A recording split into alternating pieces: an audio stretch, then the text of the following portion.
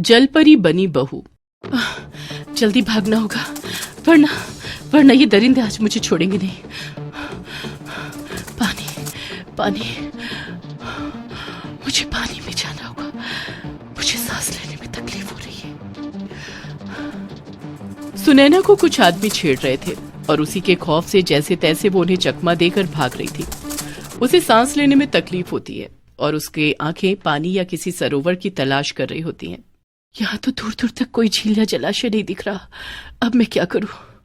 उतने में उसकी नजर एक एक्वेरियम यानी कि मछली घर पर जाती है, जिसमें बड़े बड़े ग्लास टैंक होते हैं। सुनैना उस मछली घर में जाती है और उस टैंक में डुबकी लगाती है। पानी में जाने के बाद वो एक जादुई जलपरी के रूप में बदल जाती है। अब राहत मिली, वरना मेरी तबीयत बुरी तरह बिगड़ जाती।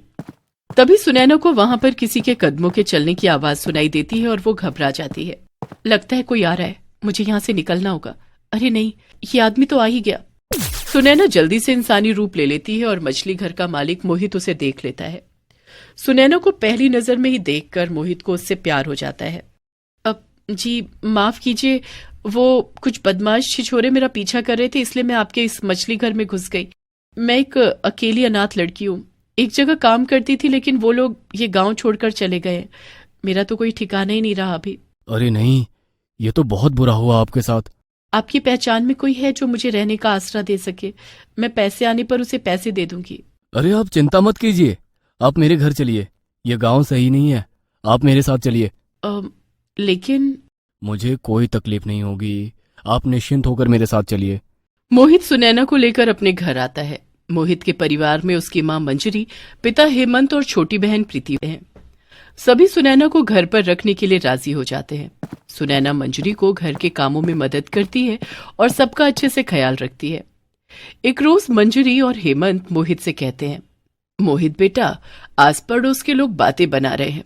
सुनैना एक बहुत सुंदर और नेक स्वभाव वाली लड़की है, बिल्कुल एक सर्वगुण संपन्न बहू जैसी। मैं तो कहती हूँ तू उससे शादी कर ले, तब कोई भी कुछ नहीं बोलेगा। हाँ बेटा, हमें भी सुनैना अच्छी लगती है, तुम दोनों की जोड़ी खूब अच्छी लगेगी। क्यों मंजरी? हाँ हेमंत जी, जैसी बहू हमें चाहिए थी उसके सारे गुण सुनैना में है। मोहित शर्मा जाता है क्योंकि हेमंत और मंजरी ने उसके मन की बात को सच कर दिया था। मोहित को सुनैना से प्यार जो होने लगा था। ठीक है माँ पापा, आप दोनों जैसा कहें। सुनैना भी शादी के लिए हाँ कर देती है क्योंकि उसे भी मोहित से लगाव हो चुका था।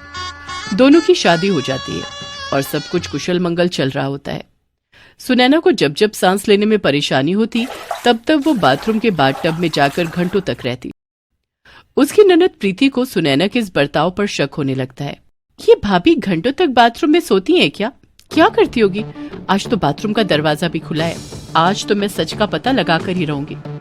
प्रीति हौले से बाथरूम का दरवाजा खोलकर बाथरूम के अंदर जाती है और देखती है कि सुनैना अपने जलपरी रूप में बाथटब में आराम कर रही है।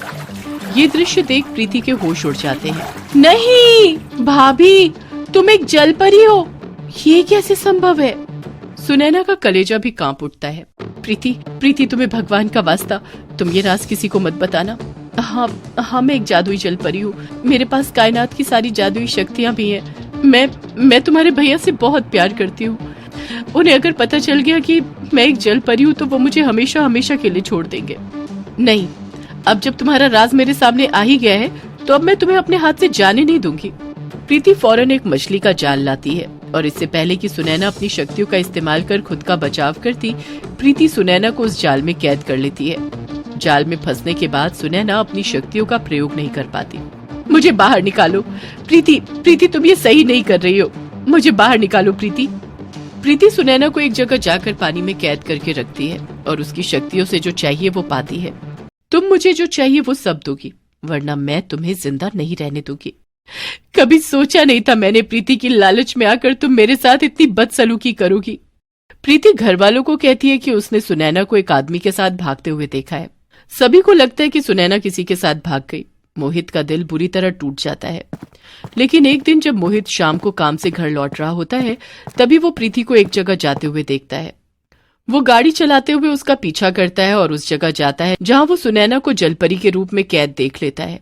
उसे प्रीति के दिए हुए धोखे की सारी सच्चाई पता चल जाती है। इसका मतलब ये है कि प्रीति ने सुनैना को कैद किया है और वो उसके जादू का अपने स्वार्थ के लिए इस्तेमाल कर रही है। प्रीति के वहां से जाने के बाद मोहित सुनैना को वहां से बचाकर घर वापस ले आता है और पुलिस को बुलाकर प्रीति को गिरफ्तार करवाता है। छोड़ो मुझे, छोड़ो, ये औरत एक जल परी है, मैंने इसे अगवा नहीं किया था। चुपचाप चलो हमारे साथ, झूठी कहानियां मत बनाओ। मैं तो तुम लोगों को बाद में देख लूंगी। प्रीति के जाने के बाद माँ जी, पापा जी, मोहित जी, मुझे माफ कर दीजिए, मैंने आप सबसे मेरी जलपरी होने का राज छुपाया। कोई बात नहीं सुनैना बहू, इस सब में तुम्हारी कोई गलती नहीं है। तुम चाहे जो भी हो, लेकिन तुम्हारा मन साफ है, यही तो चाहिए हमें हमारी बहू में। ओ मेरी जलपरी बीवी, चलो अब बहुत दुख झेल लिया, अब हमारी जिंदगी में केवल खुशियों की ही एंट्री होगी और दुखों की नो एंट्री। सभी सुनैना को अपना लेते हैं और हंसी खुशी जीवन व्यतीत करते हैं। दोस्तों आ ही गए हो तो चैनल को सब्सक्राइब कर देना और वीडियो अच्छी लगे तो लाइक और शेयर भी कर देना और बेल आइकन जरूर दबा देना ताकि आपको नए वीडियोस की नोटिफिकेशंस मिलती रहे।